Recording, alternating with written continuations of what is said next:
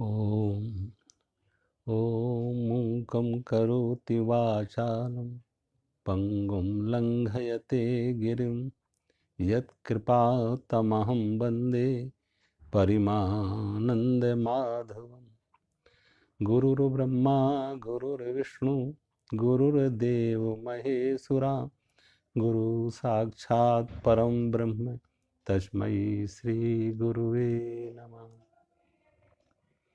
सर्वे भवन्तु सुखिनः, सर्वे सन्तु निरामया, सर्वे भद्राणि पश्यन्तु मा कश्चित् दुःखभाग् भवेत्।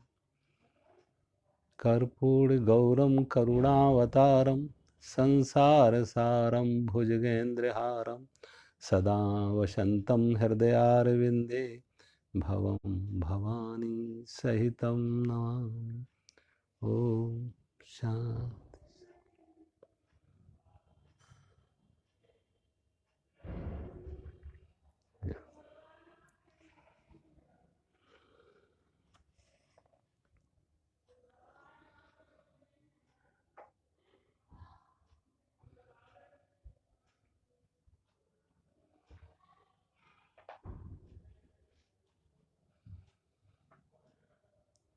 श्लोक नंबर 18।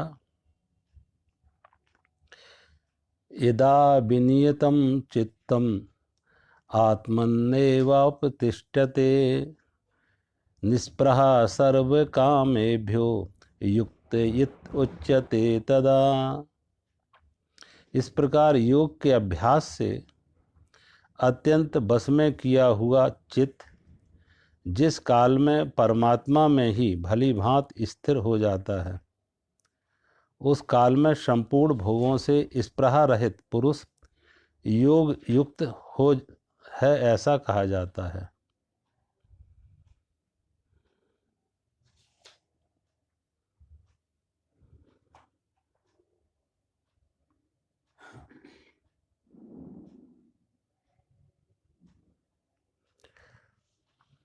अब योग युक्त है, उसे किसे योग युक्त कहा? योगी। योग युक्त से अर्थ है योगी कौन है? और योग जो युक्त है परमात्मा से, जो परमात्मा के साथ युक्त है, परमात्मा से जुड़ा हुआ है, परमात्मा के साथ एक रूप है, स्थित, जैसे स्थित प्रज्ञ कहो, योगी कहो, वो कौन है? उसके वो 2-3 लक्षण बताए। एक तो है वो संपूर्ण भोगों से स्पृहा रहित हो जाता, किसी प्रकार की उसे विषयों के प्रति, भोगों के प्रति आसक्ति नहीं है, रुचि नहीं है, वासना नहीं है, मांग नहीं है। और ये स्थिति आती कब है? क्योंकि ये तो हम बाहर से देख सकते हैं कि उसको भोगों के प्रति, विषयों के प्रति आसक्ति है या नहीं। ये कैसे, ये स्थिति कैसे आती है? जब अंदर कुछ बदलता है। अंदर क्या बदलता है? बस में किया हुआ मन, बस में किया हुआ चित्त, और जिस काल में परमात्मा में ही भली भांति स्थित हो जाता है।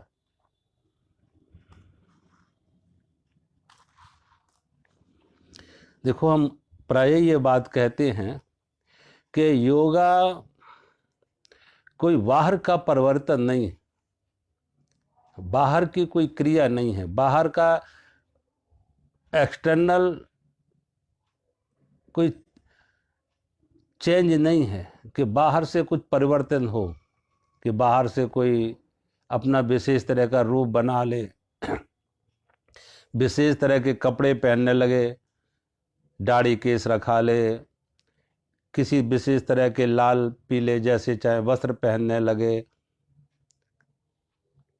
चप्पल की जगह खड़ाऊं पहनने लगे। तो ये बाहर से योगी को नहीं नापा जाना जा सकता कि बाहर से योग जो है वो इनर ट्रांसफॉर्मेशन है, अंतः रूपांतरण, वह परिवर्तन नहीं, अंतः रूपांतरण। जब अंदर में कुछ घटता है, अंदर कुछ बदलता है, तो बाहर से वो रूपांतरित सहज हो जाता, कुछ करना नहीं पड़ता, वो सहज उसकी प्रतीति है कि अंदर कुछ घटा है। कभी भी आप देखो, जैसे हम आप भी आम सामान्य परिस्थिति में भी कभी दुखी होते हैं या सुखी होते हैं। दुखी होते हैं तो हमारे चेहरे पर वो दुख का भाव आ जाता, और सुखी होते हैं तो चेहरे पर सुख का भाव आ जाता। बिना बोले कभी किसी का चेहरा पे एक प्रसन्नता होती तो कहते क्या दी बात है, आज बड़े प्रसन्न दिख रहे हैं, बड़े प्रसन्न दिख रहे हैं, क्या बात है। यानी कुछ घटा है अंदर, तो चेहरे पर एक प्रसन्नता की झलक आ जाती। और अंदर कुछ अनहोनी घटा है, अनचाहा घटा है, जो हम नहीं चाहते, अनचाहा कुछ अंदर घटा है, तो ये चेहरे पर उदासी आ जाती, मायूसी आ जाती, दुख की छाया आ जाती। तब भी आदमी ये दूसरा सामने वाला कह सकता है क्या बात है, आज आप बड़े उदास दिख रहे, आप बड़े उदास दिख रहे। तो उदासी या प्रसन्नता का कारण कुछ अंदर घटा है, कुछ चाहा अनचाहा हुआ है। कुछ चाहा हुआ तो प्रसन्नता आ जाती, कुछ अनचाहा हुआ तो अप्रसन्नता आ जाती, उदासी आ जाती। यानी बाहर कुछ अंदर कुछ घटा है, कुछ परिवर्तन हुआ है। तो ऐसे ही भगवान कहते हैं अंदर जब कुछ घटता है तो बाहर वो प्रकट होता है।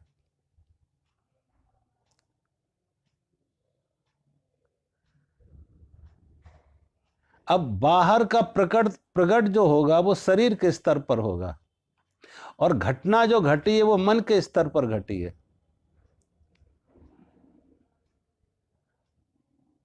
कभी मन में क्रोध आया तो शरीर में क्रोध की प्रतिक्रिया आ जाती है, आदमी दांत भींचने लगता है, आंखें लाल लाल हो जाती है, हाथ की मुट्ठियां बांधने लगता है। अब हाथ की मुट्ठियां बांध रहा है, दांत भींच रहा है, आंखें लाल लाल हो गई, क्यों? अंदर क्रोध आ गई। क्रोध की घटना घटी मन के स्तर पर, तो बाहर उसका प्रगटीकरण जो हुआ है, बाहर प्रकट हुआ है शरीर के स्तर पर, तो शरीर पर कुछ उसके लक्षण प्रतीत हुए कि हाँ, इस व्यक्ति के अंदर क्रोध आ रहा है। क्रोध में कभी कभी व्यक्ति के शरीर को कपने लगता है। तो अंदर कुछ घटा, क्रोध घटा हो, वासना घटी हो, वासना अंदर बहुत प्रबल हो गई हो, तो देखो श्वास तेज हो जाती, शरीर बहुत उत्तेजित हो जाता।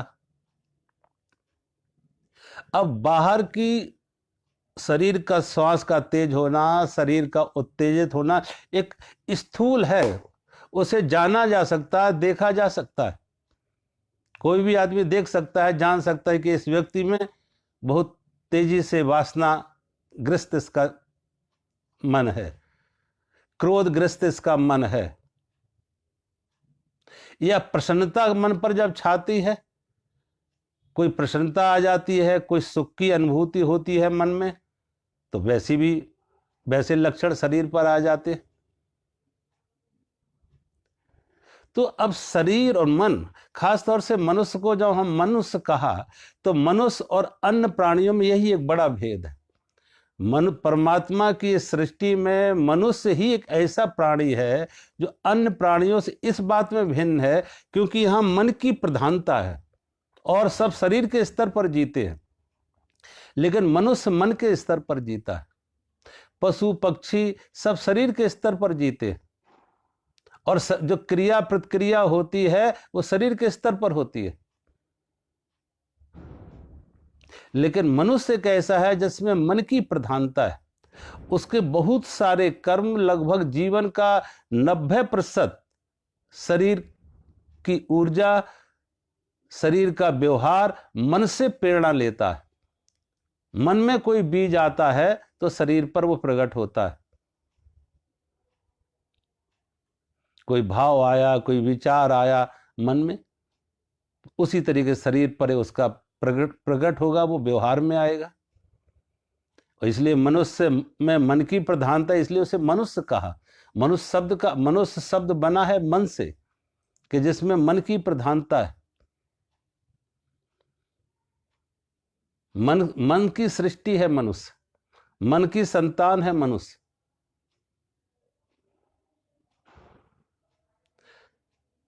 तो अब जब मन में कहीं कुछ घटा तो शरीर पर वो प्रकट होता है।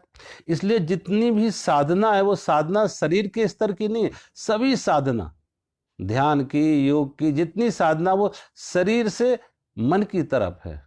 मन बस में आ जाए, मन पर अधिकार हो जाए, मन रूपांतरित हो, शरीर पर वैसा रूपांतरण आ जाता। मन बदलता है, शरीर के व्यवहार बदल जाते हैं। बताए ना, एक साधु और अपराधी में कोई शरीरगत कोई अंतर नहीं है। शरीरगत कोई अंतर नहीं है, शरीर दोनों में एक जैसे हैं, लेकिन जो कुछ अंतर है दोनों के बीच में वो है मन के स्तर पर। राम और रावण में अंतर कुछ है तो मन के स्तर पर, कंस और कृष्ण में अंतर कुछ है तो मन के स्तर पर। एक का मन बिगड़ा हुआ है, एक का मन सुधरा हुआ है। एक के मन में करुणा है, प्रेम है, वो कृष्ण की भूमिका में आ जाता, और एक के मन में क्रूरता है, भय है, हिंसा है, क्रोध है, वो कंस की भूमिका में आ जाता है। मन में कुछ घटा, मन में अलग अलग कुछ परिवर्तन हुआ, तो उसी प्रकार के शरीर के स्तर पर वो व्यवहार आते।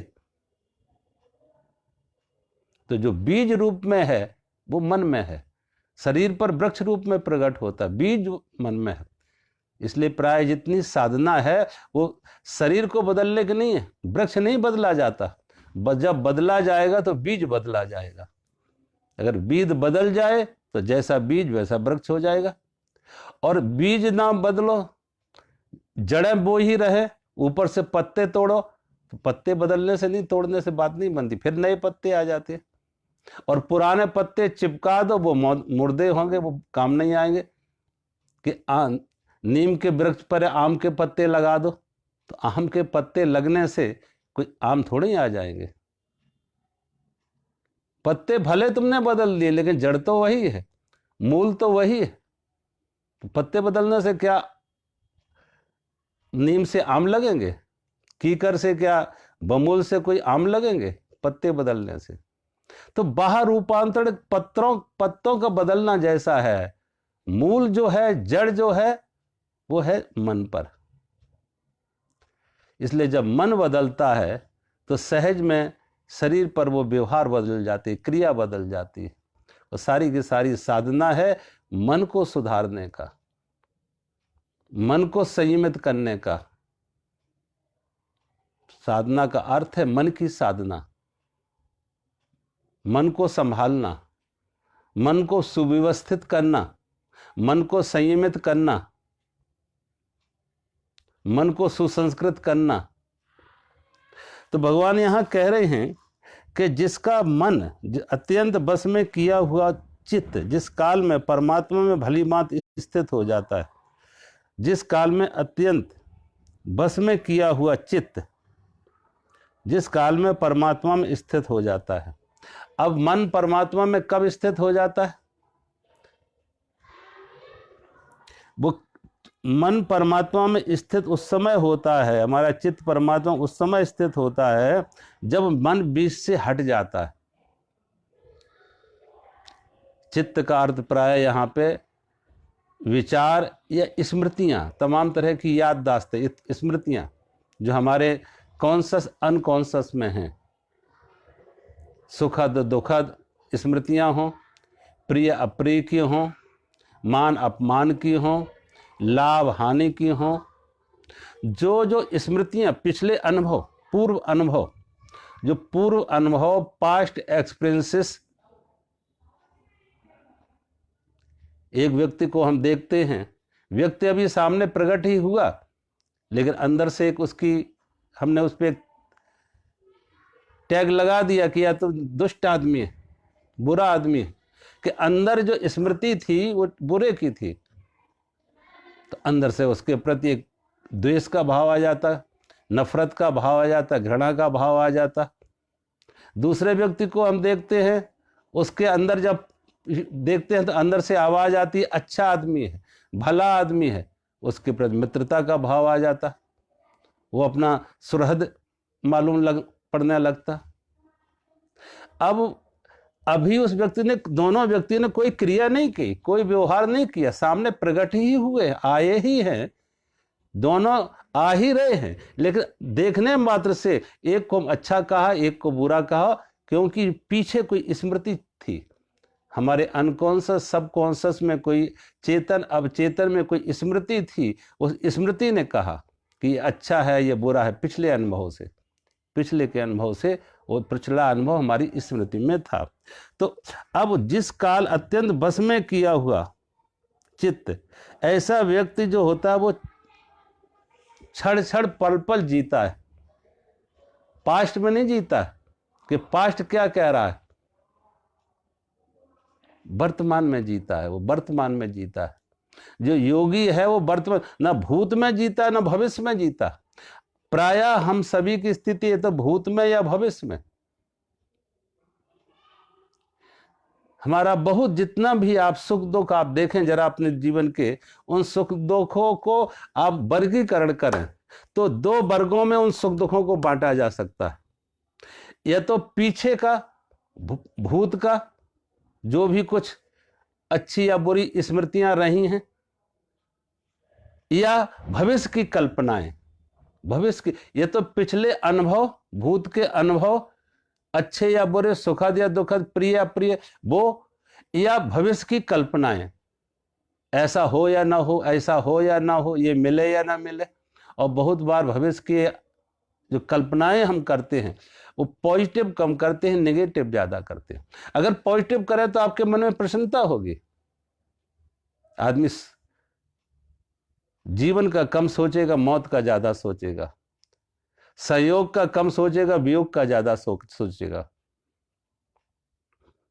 मान का कम सोचेगा, अपमान का ज्यादा सोचेगा, लाभ का कम सोचेगा, हानि का ज्यादा सोचेगा। भविष्य की कल्पनाएं जो निगेटिव हैं कि ऐसा ना हो जाए, ऐसा ना हो जाए, ऐसा ना हो जाए, दुख ना आ जाए, वियोग ना हो जाए, मौत ना हो जाए, व्यापार में हानि ना हो जाए, निगेटिव, तो दुख का कारण। अगर पॉजिटिव सोचने लगो तो कोई दुख का कारण नहीं। तो भगवान ये कहते हैं जिसका बस में किया हुआ चित्त, जिस काल में परमात्मा में ही भली बात। बस में किया हुआ का अर्थ है वर्तमान में जीना, पीछे की भूत की स्मृतियों से मुक्त हो जाना।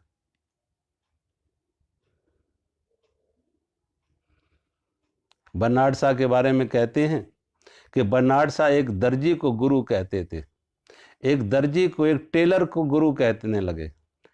पूछा इससे तुमने क्या सीखा?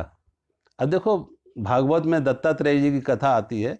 अब दत्तात्रेय जी के एक गुरु नहीं थे, 24 गुरु थे। यानी गुरु का शब्द है जिससे कुछ सीखा, जिससे कोई सीख मिली, कोई प्रेरणा मिली, कोई आदर्श मिला, कोई समझ जगी, उसे गुरु मान लिया। पृथ्वी से सीखा क्षमाशीलता, अग्नि से सीखा पवित्रता, कि अग्नि में कुछ भी डालो पवित्र ही रहेगी, अग्नि कभी दूषित नहीं होती। वायु से सीखा सतत प्रवाहित होना, निरंतर चलते रहना। जल से सीखा शीतलता। तो ऐसे अलग अलग पशु पक्षी प्राणियों से, प्रकृति से सीखा, उन्हें गुरु रूप में। ऐसे ही बर्नार्ड शॉ एक दर्जी को गुरु क्या मानने लगे। किसी ने पूछा दर्जी को गुरु मानने का क्या कारण है? तो बर्नार्ड शॉ ने कहा कि जब जब हम इसके पास अपने शर्ट का नाप देने जाते हैं, जब भी इसके पास में अपनी शर्ट का नाप देने जाते हैं, तो हर बार ये मुझे नापता है, हर बार मेरा नाप लेता है। ये नहीं कहता पुराना नाप काम आ जाएगा, हर बार नापता है। और ये हर बार मेरा नाप लेता है, मेजरमेंट हर बार लेता है, मेरा लंबाई चौड़ाई ऊंचाई जो भी लेना हो हर बार मेजरमेंट लेता, नाप तोल करता। इससे मैंने ये सीखा किसी व्यक्ति को पुराने मापदंड से मत नापो, पुराने पैमाने से मत नापो किसी को। हर बार व्यक्ति बदलता है, क्षण क्षण बदलता है। जैसे गंगा बह रही है ऐसे जीवन प्रवाहित हो रहा है, जीवन बदल रहा है, विचार बदल रहे हैं, सब कुछ बदल रहा है। हो सकता है जिसे हमने बुरा कहा था वो आज बुरा ना हो, बदल गया हो। तो बर्नार्ड शॉ कहा मैंने कभी अब किसी व्यक्ति को उसके पिछले अनुभव से नहीं जज करते, उसका मूल्यांकन पिछले अनुभव से नहीं करते। हर बार नया मेजरमेंट लेते, हर बार उसको नापते कि शायद बदल गया हो, शायद बदल गया हो। पुराना हम मापदंड काम में नहीं लाते। तो भगवान कहते ऐसा व्यक्ति जो अत्यंत बस में किया हुआ चित्त, बस में किया हुआ चित्त वर्तमान में जी रहा, भूत की स्मृतियों से मुक्त हो गया, वर्तमान में जी रहा। और अगर हम अपने विचारों का वर्गीकरण करें तो विचार दो ही होंगे, या तो भूत या भविष्य। सभी के सभी हमारे अंतर मन में जो विचार के प्रवाह हैं, विचार की लहरें हैं, तरंगे हैं, आप देखें ये तो भूत की होंगी, पिछले अनुभव, या भविष्य पिछले स्मृतियां, या भविष्य की कल्पनाएं। थोड़े समय के लिए भूत से भी मुक्त हो जाए, भविष्य के से भी मुक्त हो जाए, वर्तमान में इस क्षण में नाउ एंड हियर, इस क्षण में कोई विचार नहीं होगा, मन मौन होगा, निर्विचार होगा। तो जब हमारा मन सब प्रकार भूत और भविष्य से हमारा मन मुक्त हो जाता है, चित्त मुक्त हो जाता, वर्तमान में हो जाता, और जब वर्तमान में हो जाता तो परमात्मा से जुड़ता। परमात्मा है वर्तमान में, इस क्षण में। क्योंकि जब विचार मुक्त हुए, स्मृति मुक्त हुए, कल्पना मुक्त हुए, तो अब बीच में रुकावट कहाँ है? तो वर्तमान में परमात्मा निर्विचार मन हो जाता, मौन मन हो जाता। और जब मन मौन हो जाता, निर्विचार हो जाता वर्तमान में, इस क्षण में, तो परमात्मा से जुड़ जाता। परमात्मा है वर्तमान में और संसार है भूत और भविष्य में। संसार का अर्थ है भूत या भविष्य, और परमात्मा का अर्थ है नाउ एंड हियर, इस क्षण। तो परमात्मा से तादात्म्य बनाने का अर्थ है आत्म साक्षात्कार, आत्म अनुभव को परमात्मा से भली बात स्थित होना। परमात्मा में भली बात स्थित होने का अर्थ है नाउ एंड हियर, इस क्षण, न भूत न कोई भविष्य। हमारा मन, हमारा अंतःकरण, हमारा चित्त सब प्रकार के भूत और भविष्य की स्मृतियों से, कल्पनाओं से मुक्त है, अभी और यहीं। और जब अभी और यहीं, तो कोई विचार नहीं, कोई स्मृति नहीं, कोई कल्पना नहीं। तो आत्म तत्व के साथ, चेतन के साथ जो मन मौन हुआ, निर्विचार हुआ। इसलिए तो पातंजल योग दर्शन के योग क्या है? चित्त की वृत्तियों का निरोध, चित्त की वृत्तियों का निरोध,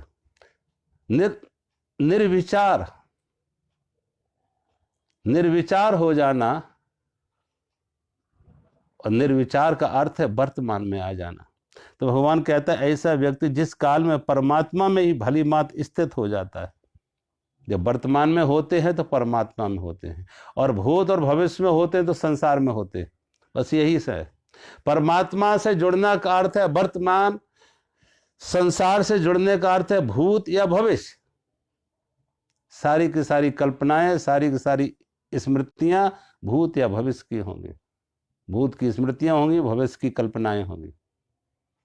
और जब दोनों से मुक्त होते हैं, स्मृति से मुक्त होते हैं, कल्पना से मुक्त होते हैं, तो इस क्षण में हो, तब मौन होते हैं, तब मन मौन होता है, निर्विचार होता है, निसंकल्प होता है।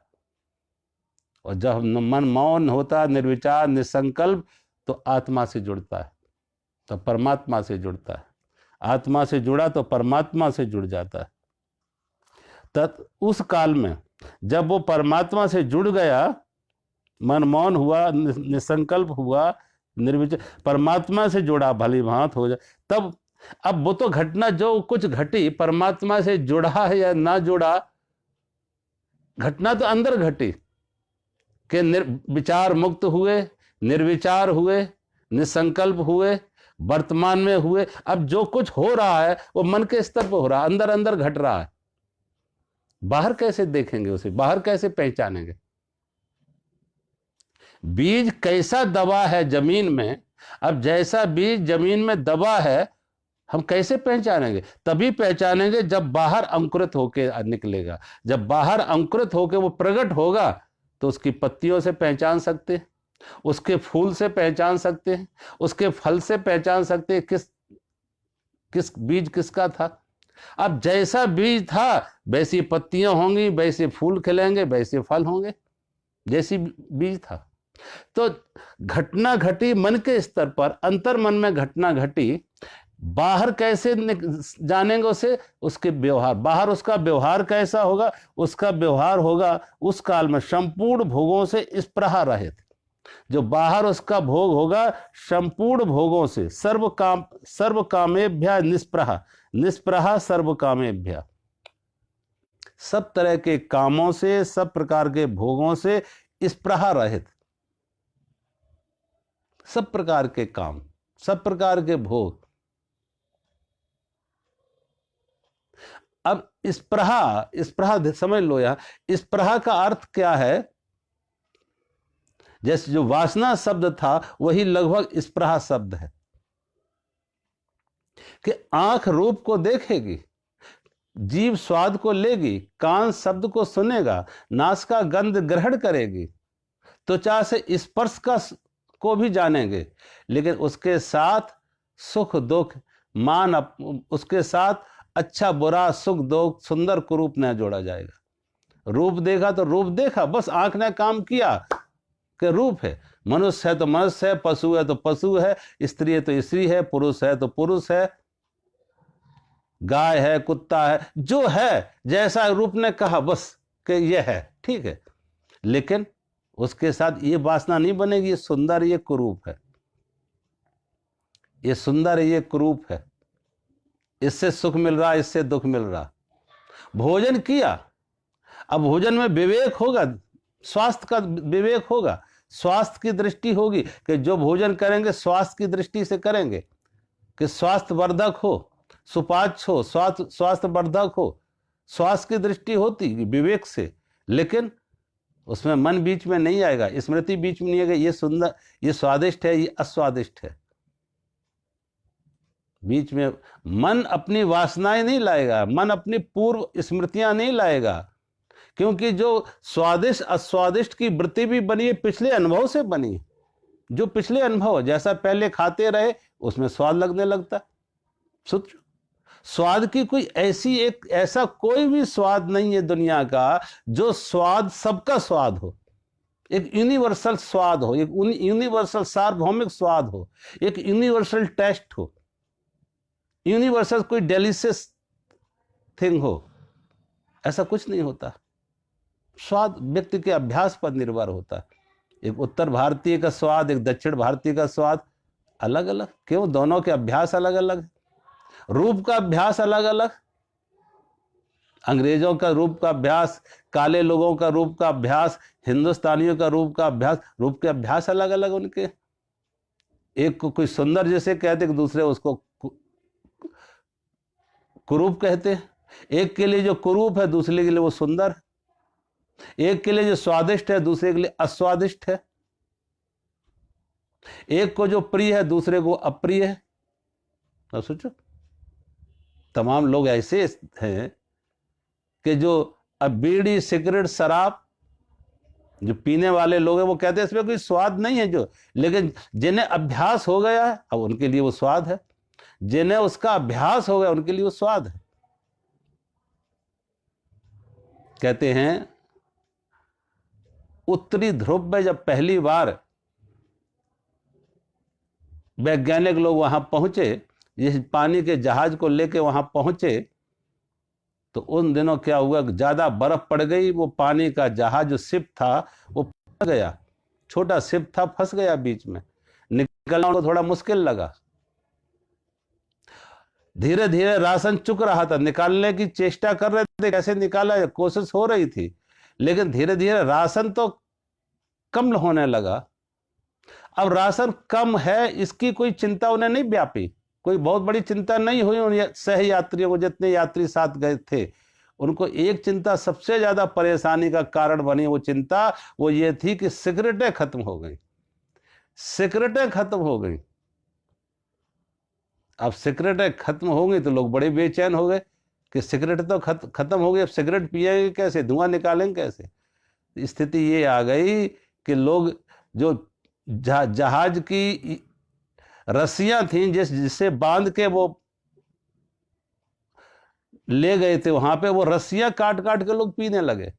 रस्सियां ही काटते हैं और सिगरेट की तरह से सुलगाते हैं और उसका धुआं अंदर लेते हैं। अब सोचो, एक सामान्य आदमी को कहो, अब शायद जिसने कभी सिगरेट का स्वाद ना लिया वो कहेगा इससे ज्यादा मूर्खता और क्या है। धुआं में भी कोई स्वाद है भला, कि धुआं अंदर ले रहे हैं बाहर निकाल रहे हैं, अंदर ले रहे हैं बाहर, अब धुएं में भी कोई स्वाद है। लेकिन जो पीते उनसे पूछो, शराब पीने वालों को पूछो, वो कितने कितने कष्ट सहने के बाद भी शराब नहीं छोड़ पाते। सिगरेट वाले सिगरेट नहीं छोड़ पाते। अभ्यास, सिर्फ अभ्यास। तो भगवान कैसे, ऐसा व्यक्ति जो है वो सर्व कामेभ्या निस्पृहा, सब प्रकार के भोगों से स्पृहा रहित हो जाता, सब प्रकार के भोगों से, कि अंदर से अब उसकी कोई, उसने रूप, आंख रूप देखेगा, जीभ स्वाद लेगा, कान शब्द सुनेगा, लेकिन साथ में उसके साथ सुखद दुखद, प्रिय अप्रिय, ऐसा कुछ ना जोड़ेगा। आंख ने रूप देखा, ठीक है, स्त्री है तो स्त्री जान ली, पुरुष है तो पुरुष जान लिया, लेकिन उसे सुंदर और कुरूप में ना तोड़ेगा। और सुंदर कुरूप का जहां निर्णय हुआ तो फिर पाने की वासना भी जगेगी। स्वरूप सुंदर के नजदीक जाना चाहेंगे, कुरूप से दूर हटना चाहेंगे। एक के प्रति राग बनेगा, दूसरे के प्रति द्वेष बनेगा, तो राग द्वेष खड़े हो जाएंगे, मांग खड़ी हो जाएगी। तो भगवान कहते ऐसा व्यक्ति जो अंदर से बदल गया, अंदर से रूपांतरित हुआ है, और अंदर से जो रूपांतरित हुआ है उसके अंदर क्या हो, बाहर से कैसे जानोगे, उसके संपूर्ण भोगों से स्पृहा रहित हो गया। संपूर्ण भोगों से स्पृहा रहित, कोई मांग नहीं, कोई चाह नहीं। व्यवहार होगा उसका, व्यवहार से पलायन नहीं करेगा, व्यवहार करेगा, लेकिन वो मात्र बौद्धिक रूप से, विवेक जन, सारे के सारे जो हमारे व्यवहार होते थे, वासना से ग्रस्त होकर व्यवहार होते थे, कामना से ग्रस्त होकर व्यवहार होते थे, वो व्यवहार अब विवेक से होंगे, जन विवेक जन व्यवहार होगा।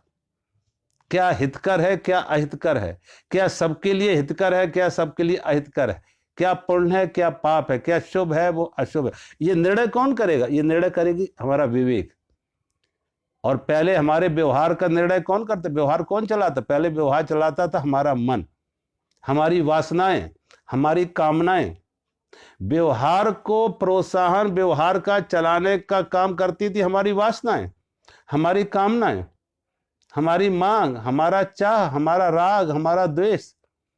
लेकिन ऐसा व्यक्ति कामना मुक्त हो गया, वासना मुक्त हो गया, राग द्वेष से मुक्त हो गया। अब जो राग द्वेष से मुक्त हुआ, कामना से मुक्त हुआ, वासना से मुक्त हुआ, ऐसा व्यक्ति का व्यवहार तो अभी भी है, अब व्यवहार उसका नियंत्रित हो रहा है, प्रोत्साहित हो रहा है, संचालित हो रहा है, वो विवेक से संचालित हो रहा।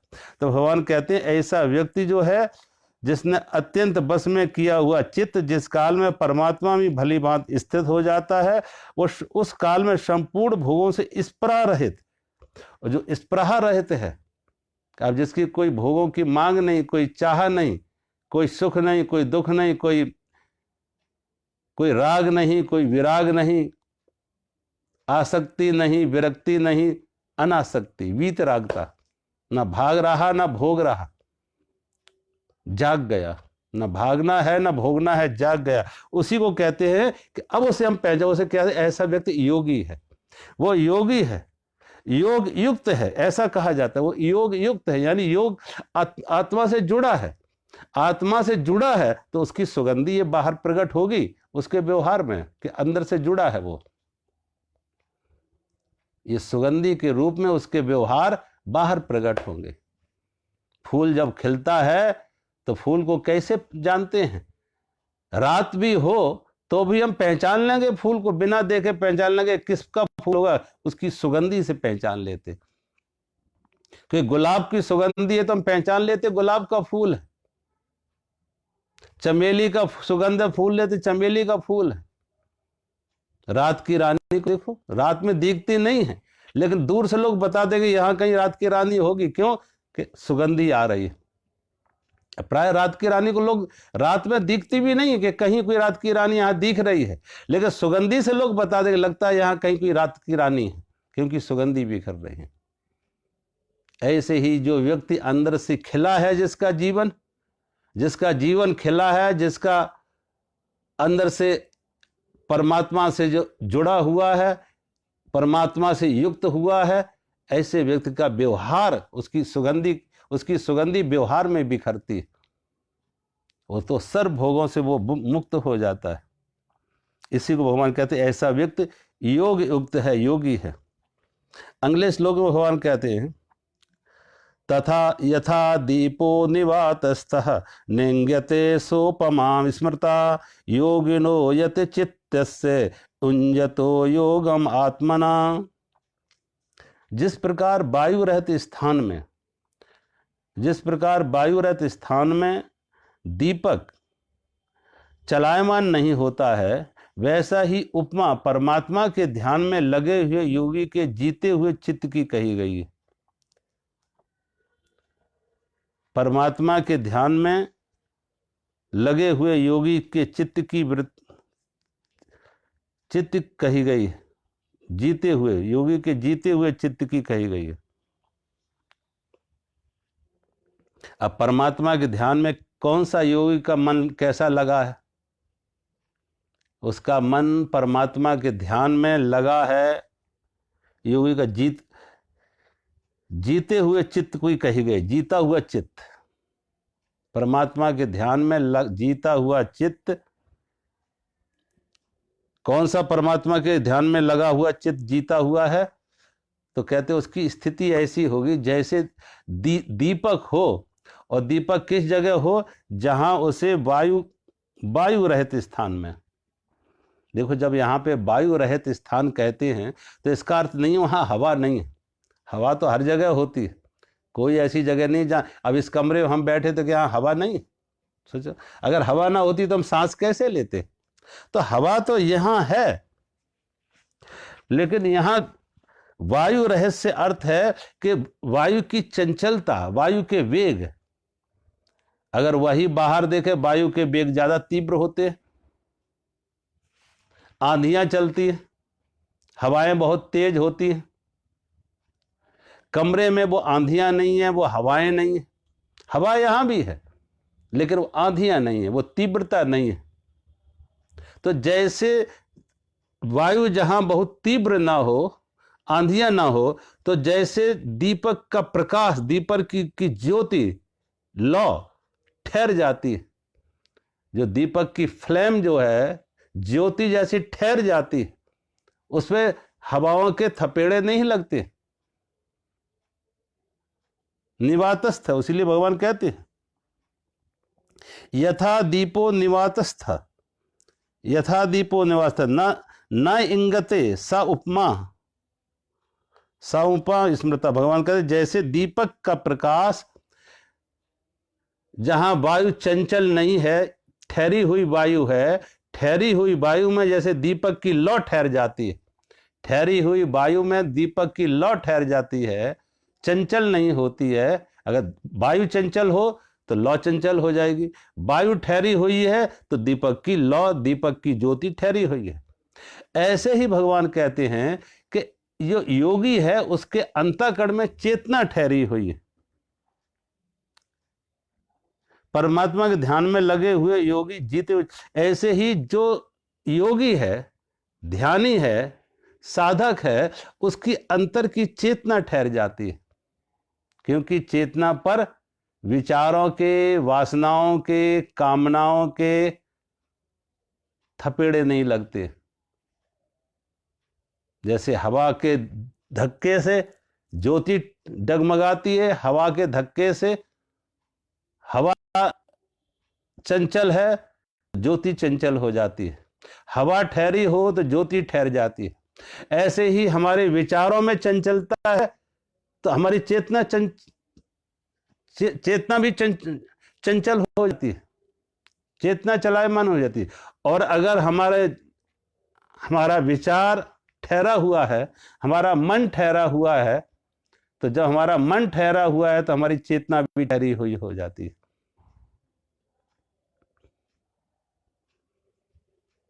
क्योंकि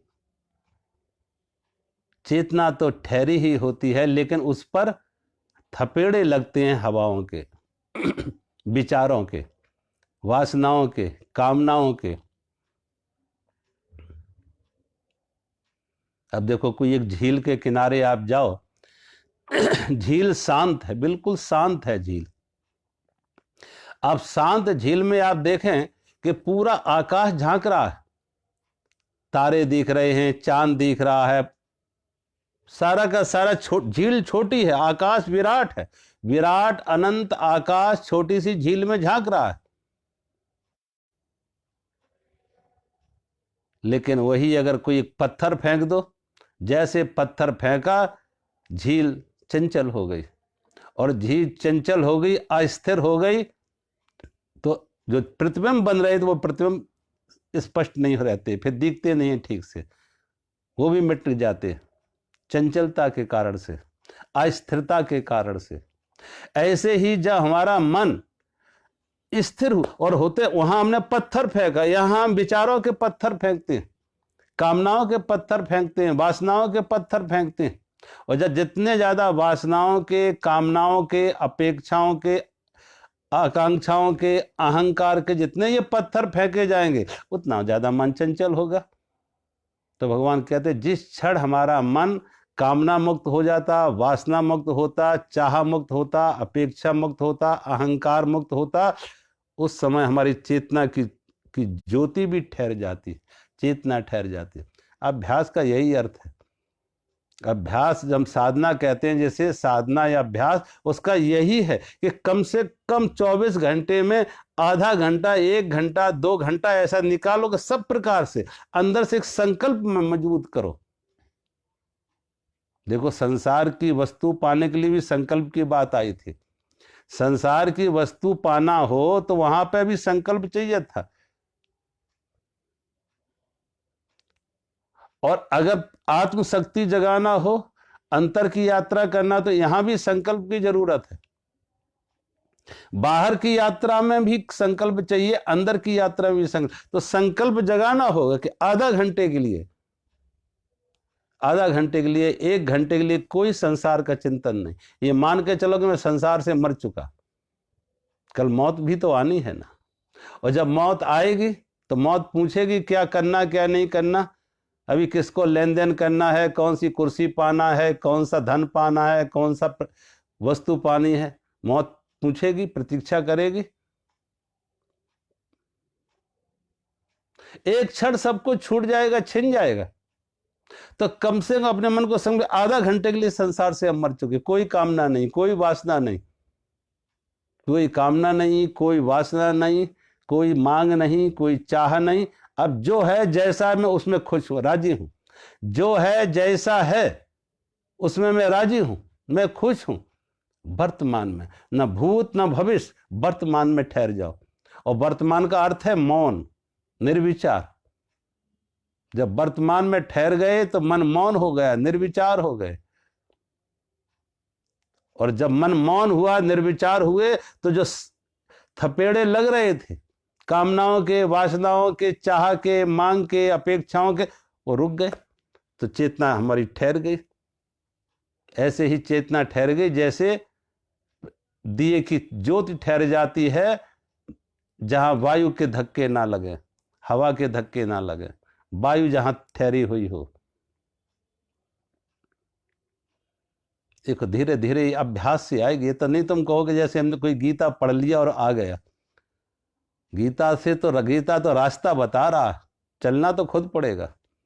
अगर कहीं लिखा हुआ है कि यहाँ से जहाँ हमें पहुँचना है वो दिल्ली 500 किलोमीटर है, तो 100 किलोमीटर चलना पड़ेगा।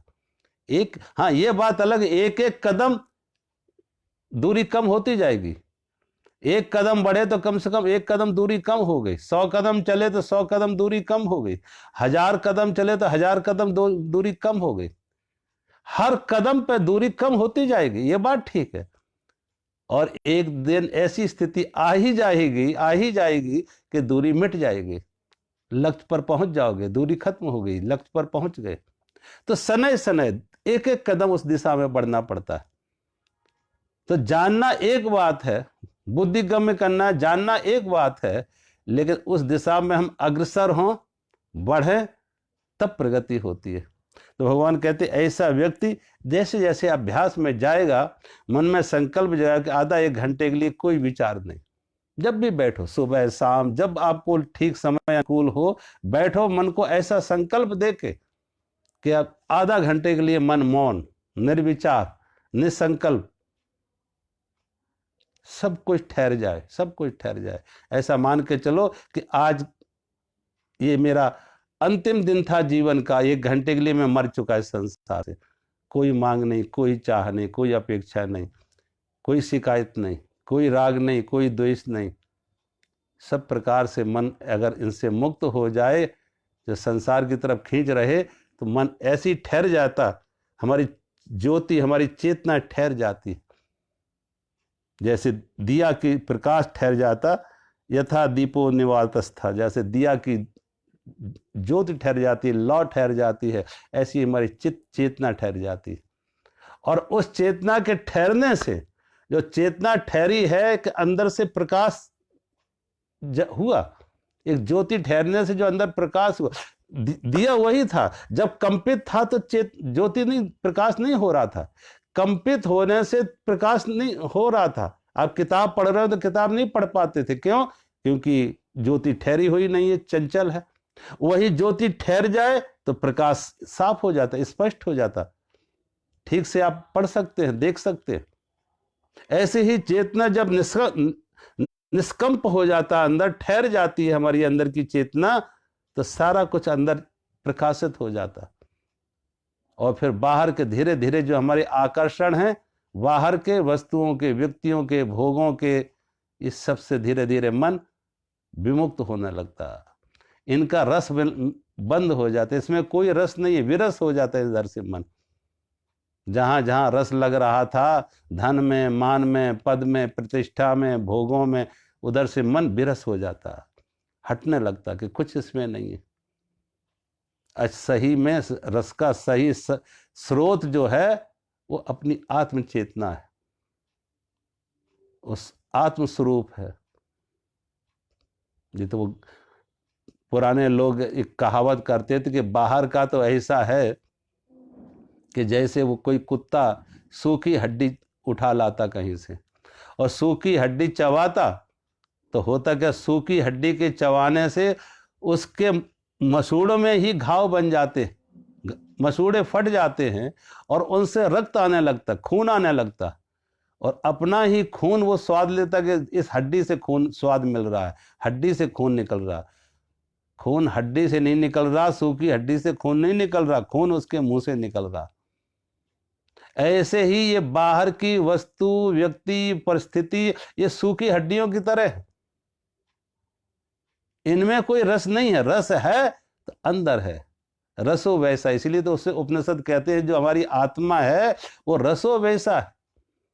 असल रस जो है अंदर है, अंदर सुख है, अंदर शांति है, अंदर वो अंतर ज्योति। जितनी जब अंतर ज्योति में हम ठहर जाते हैं,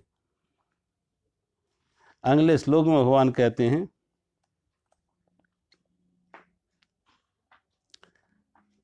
यत्रो परमते चित्तम निरुद्धम योग सेवया यत्र चेवात्म आत्मानं पश्यन् आत्मनि तुष्यति।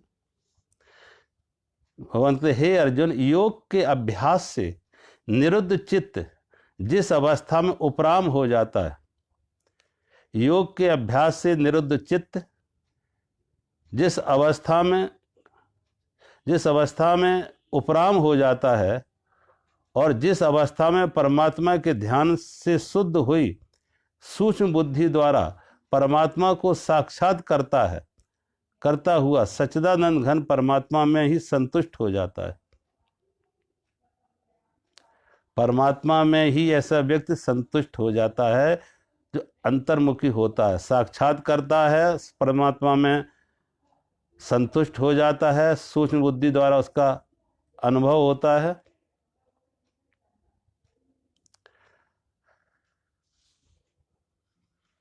योग के अभ्यास से निरुद्ध चित्त जिस अवस्था में उपराम हो जाता है और जिस अवस्था में परमात्मा के ध्यान से शुद्ध हुई सूक्ष्म बुद्धि द्वारा परमात्मा को साक्षात करता है, योग सेवा, योग के अभ्यास से निरुद्ध चित्त, योग के अभ्यास से निरुद्ध चित्त जिस अवस्था में उपराम हो जाता है। अब ये देखो, योग के अभ्यास से निरुद्ध चित्त क्या है? योग का अभ्यास जब करें, अंतर्मुखी साधना कर रहे हैं, तो अंतर्मुखी साधना में क्या है कि हम अपने जो हमारा ज्ञानेंद्रिय बहिर्मुखी हैं उन्हें अंतर्मुखी करना है। तो उन इंद्रियों को उधर से उपराम करना है, विषयों से उपराम करना है। आँख से रूप नहीं देखना, जीभ से स्वाद नहीं लेना, कान से शब्द नहीं सुनना, नासिका से गंध ग्रहण नहीं करना। और इनके करने का मतलब इंद्रियां तक नहीं कि इंद्रियां ही हमने आंख बंद कर ली, कान बंद कर लिए, मन उसके पीछे से हटा लिया। जो असल मालिक था, जो मन अच्छा बुरा कह रहा था, सुख दुख कह रहा था, विषयों में सुख ले रहा था, रस ले रहा था, उस मन को हटा दिया वहां से। और जब मन हट गया तो इंद्रियां हमारी विषयों से उपराम हो जाती है, इंद्रियां विषयों से उपराम हो जाती हैं। और जब इंद्रियां विषयों से उपराम हो जाती हैं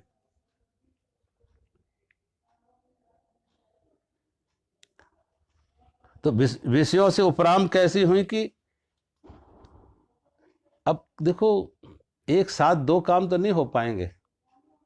कबीरा मन तो एक है चाहे जहां लगा, कबीरदास कहना, कबीरा मन तो एक है चाहे जहां लगा, और चाहे तो हरि भजन में चाहे विषय कमा। कबीर कहते मन तो एक ही है, एक साथ एक ही समय में आप दो नावों पर सवार नहीं हो सकते, दो नावों पर सवार नहीं हो सकते। एक ही साथ दो मार्गों पे, अलग अलग दो मार्गों पे आप यात्रा नहीं कर सकते। अगर पूरब जाना हो उसी समय को हम पश्चिम भी चले जाएं, पूरब भी चले, दोनों नहीं जा सकते। एक ही मार्ग चुनना पड़ेगा, पूरब का चुन लो या पश्चिम का चुन लो, पदार्थ का चुन लो या परमात्मा का चुन लो। एक ही नाव, एक ही मार्ग, चाहे पदार्थ का मार्ग ले लो या परमात्मा का मार्ग ले लो। पदार्थ की नाव पर बैठ जाओ या परमात्मा की नाव पर बैठ जाओ, संसार की नाव ले लो या परमात्मा की नाव ले लो। एक को ही चुनाव करना पड़ेगा। और जब एक का चुनाव, इसलिए कबीर कहते मन एक है, चाहे जहां लगा, चाहे तो हरि भजन में चाहे विषय कमा। अगर विषयों में लगा है तो भजन की बात भूल जाओ। अब तुम कहोगे परमात्मा भी मिल जाए और पदार्थ भी मिल जाए, दोनों नहीं।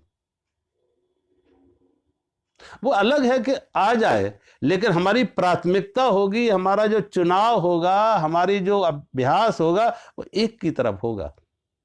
वही, और उसी को हमने संसारी और सन्यासी कहा। संसारी का चुनाव है पदार्थ, संसार, और सन्यासी का चुनाव है परमात्मा।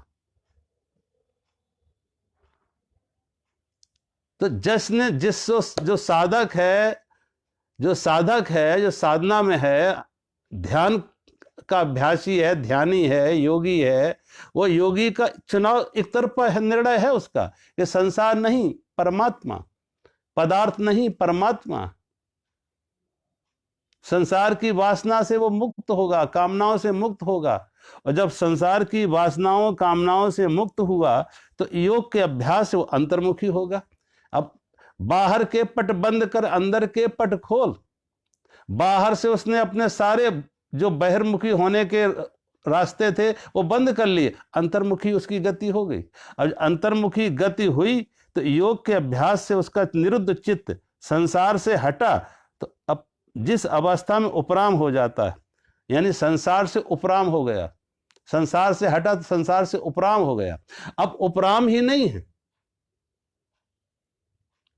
भाई, हम दोराहे पर खड़े हैं, और दोराहे पर खड़े हैं तो हमने वो रास्ता जब रास्ता चुन लिया कि पूरब नहीं जाना, पश्चिम जाना है, और पश्चिम के रास्ते पर दो चार कदम बढ़े, तो ऐसा नहीं कि दो चार कदम बढ़ने से ही हम मंजिल पहुंच गए, ऐसा नहीं। अब रास्ता तो हमने चुन लिया कि हम ये रास्ता नहीं जाना है, संसार का रास्ता नहीं जाना, अध्यात्म का रास्ता जाना है, पदार्थ का रास्ता नहीं जाना, परमात्मा का रास्ता जाना, रास्ता तो चुन लिया। अब जब रास्ता चुनने मात्र से नहीं पहुंच गए कि हमने चुन लिया और पहुंच गए। चुनने के लिए तो जो बोर्ड लगे होते हैं, जो ट्रैफिक पुलिस होती है वो भी बता देती है, या जो माइलस्टोन होते हैं वो बता देते, वो एरो बने होते हैं कि ये इधर जा रहा है, ये इधर जा रहा है, वो भी रास्ते का बोध करा देते हैं कि तुम्हारी मंजिल का रास्ता ये है। तो जानने मात्र से कि यात्रा का बोध हो गया, मार्ग का बोध हो गया, मार्ग का ज्ञान हो गया, तो मार्ग के ज्ञान होने मात्र से मंजिल पर नहीं पहुंचे। मार्ग का ज्ञान तो हो गया, आप रोड मैप उठा के भी देख लेते कि रोड का मैप उठा के देख लिया कि रोड मैप क्या कह रहा, नक्शा क्या कह रहा, मार्ग कौन सा है, जीपीएस बता देता कि रास्ता कौन सा है। लेकिन क्या जीपीएस में देखने से, मार्ग देखने से हम पहुंच जाते? ज्ञान उसका शाब्दिक बौद्धिक ज्ञान हुआ, लेकिन चलने का अभ्यास करना पड़ेगा। तो भगवान कहते हैं योग के अभ्यास से मन चित्त जो है निरुद्ध हुआ, उपराम हुआ, समझ आई, लेकिन उस अवस्था में हमें अब यात्रा भी करने पड़ेगी। उपराम हो जाता है और उस जिस अवस्था में परमात्मा के ध्यान से शुद्ध हुई सूक्ष्म बुद्धि, अब उसे हमने अपनी प्रगति की, उस तरफ बढ़े, एक एक कदम बढ़े, एक एक कदम बढ़े, धीरे धीरे वो अंधेरा हटता जाता है, रोशनी आती जाती है। जैसे जैसे बढ़ते हैं अंधेरा हटता है, रोशनी आती है। किसी बगीचे की तरफ आप जाएं, हिल स्टेशन पर आप जाएं, और जब किसी हिल स्टेशन पर जाते जैसे जैसे नज़दीक आते हैं वैसी वैसी ठंडी हवा आने लगती है। और जब ठंडी हवा आने लगती है इसका अर्थ कि हिल स्टेशन के हम नज़दीक पहुंच रहे हैं। अब हिल स्टेशन के नज़दीक, दूर होंगे तो हवा की स्थिति दूसरी होगी, हवा गर्म होती जाएगी, और उसके तरफ उन्मुख होंगे, उसकी तरफ होंगे, हिल स्टेशन की तरफ होंगे, तो हवा ठंडी मालूम पड़ने लगेगी। ऐसे ही हम अंतर्मुखी जब परमात्मा की तरफ जैसे जैसे बढ़ेंगे वैसे वैसे अंतर ज्योति बढ़ेगी, अंतर प्रकाश आएगा, अंतर से एक आनंद आएगा, एक अनुभूति होगी, एक शांति आएगी, सुख आएगा। जो अंतर से सुख आएगा, शांति आएगी, मन में गहरा मौन आएगा, वो कैसे कैसे जैसे जैसे अंतर में होंगे। शुरू शुरू में आदमी बैठेगा तो उसे लगेगा कि कहाँ कुछ है ही नहीं, अंधेरे अंधेरा सा दिख रहा है, क्योंकि तमस प्रधानता भी तमस में है। धीरे धीरे ये तमस छटेगा, धीरे धीरे तमस छटेगा, अंतर ज्योति प्रकट होगी। थोड़ा अभ्यास, अंतर ज्योति प्रकट होगी, और अंतर ज्योति प्रकट होगी तो धीरे धीरे एक एक कदम बढ़ते जाओ, और बढ़ते बढ़ते भगवान कहते हैं वो उस जगह पहुंच जाता है जहां सूक्ष्म बुद्धि द्वारा परमात्मा को साक्षात करता है। सूक्ष्म बुद्धि द्वारा, देखो इसलिए इनको अंतःकरण कहते हैं। मन, बुद्धि, चित्त, अहंकार, ये अंतःकरण है। ये अंतःकरण हमें बाहर से भी जोड़ता है, अंदर से भी जोड़ता है। जो अंतःकरण है, इन हमारे इनर इंस्ट्रूमेंट है, दोहरे काम करते हैं। ये डबल एरो है, ये बाहर की तरफ भी ले जाते, अंदर की तरफ भी ले जाते। जो बुद्धि बाहर जोड़ती है वही बुद्धि हमें तामसिक राजसिक बुद्धि बाहर जोड़ेगी, और सात्विक बुद्धि है वो अंदर से जोड़ेगी। तो सूक्ष्म बुद्धि, स्थूल जगत के लिए स्थूल बुद्धि चाहिए। जगत स्थूल है तो स्थूल बुद्धि काम आ जाएगी। पदार्थ के साथ जुड़ना हो तो स्थूल बुद्धि, तामसिक राजसिक बुद्धि काम आएगी। लेकिन परमात्मा से जुड़ना है, अंतर जगत से जुड़ना है, अंतर की ज्योति से, तो वहां सूक्ष्म बुद्धि और सात्विक बुद्धि, और उसी बुद्धि द्वारा परमात्मा को साक्षात करता है। क्योंकि अगर वो बुद्धि भी ना हो तो अनुभव कैसे होगा? बिना परमात्मा अपने में कोई अनुभव नहीं देगा। अनुभव के लिए बुद्धि चाहिए, सूक्ष्म बुद्धि वहां भी चाहिए अनुभूति के लिए, कि सुख मिला, दुख मिला, शांति मिली, अशांति मिली, अंधेरा था, प्रकाश। ये कौन कहेगा? जो अभी ये बातें हम कह रहे हैं कि अंदर से एक शांति मिलेगी, अंदर से एक ज्योति मिलेगी, अंदर से आनंद मिलेगा, अंदर से बड़ा विश्राम मिलेगा, तो उस विश्राम का, ज्योति का, शांति का अनुभव कौन करेगा? कुछ तो चाहिए वहां। तो अनुभव करने वाला, चेतना स्वयं में कोई अनुभव नहीं करती है, चेतना को अनुभव करने के लिए वहां भी सूक्ष्म बुद्धि है, सूक्ष्म बुद्धि है।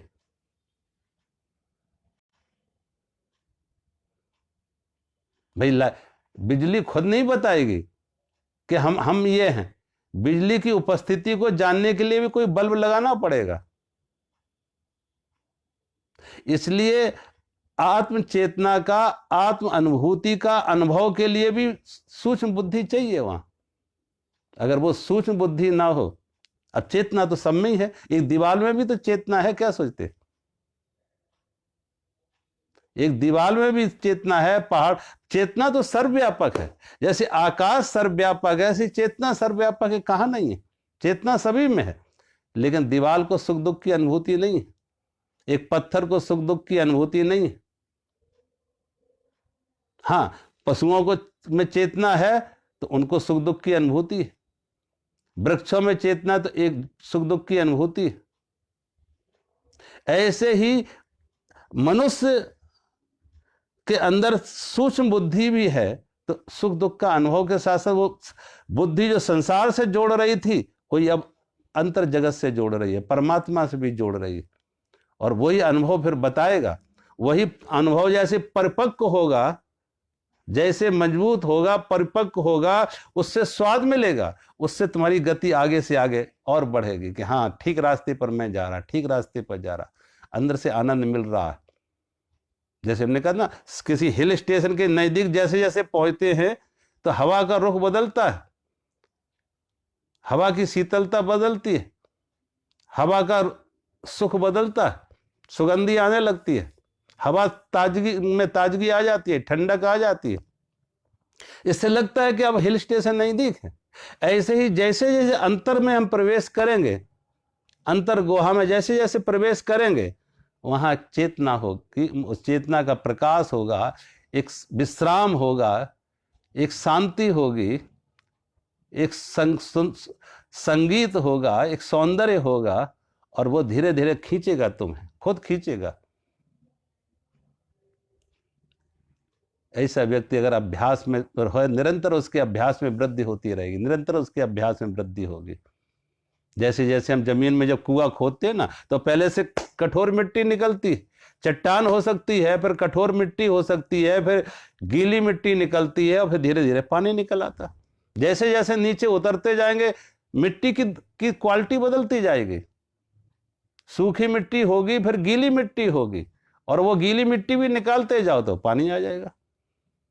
तो ऐसे ही भगवान कह रहे कि जैसे वो सूक्ष्म बुद्धि द्वारा परमात्मा को साक्षात करता हुआ सच्चिदानंद घन परमात्मा में संतुष्ट हो जाता, और जब वहां पहुंचते हैं, मिलते हैं, आत्म साक्षात्कार से अपने मुकाम पर पहुंचते हैं, अपने लक्ष्य पर पहुंचते, तो वहां परम क्या?